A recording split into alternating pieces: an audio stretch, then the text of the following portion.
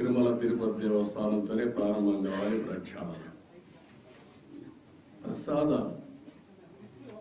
Cleaning లేకపోతే పరిశుభ్రత అన్నిటికీ తిరోధకాలు చేశారు. తిరుమల ఒక పవిత్రమైన దివ్యక్షేత్రం. ఈ పవిత్రమైన దివ్యక్షేత్రాన్ని అపవిత్రం చేయడం భావ్యం కాదు. తెల్లవారుజామున 3 గంటలకు సుప్రభాత దర్శనానికి వస్తే వైకుంఠం అంటే మనకు తెలియదు. పుస్తకాలను చదువుతాం, వైకుంఠానికి పోవాలని కోరుకుంటాం చనిపోయిన తర్వాత. ఆ సమయంలో ఇక్కడికి వచ్చి వెంకటేశ్వర స్వామి దర్శనం చేసుకుంటే వైకుంఠంలో ఉన్న అనుభూతి కలుగుతుంది.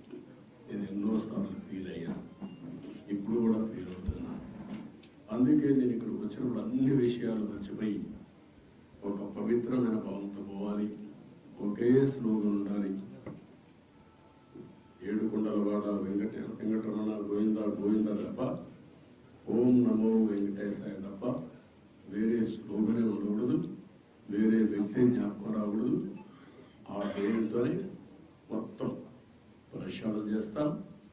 మళ్ళీ భారతదేశం కాకుండా ప్రపంచం మొత్తం అభినందించే విధంగా ఈ టీజీని తీర్చిదిద్దామని తెలియజేసుకుంటూ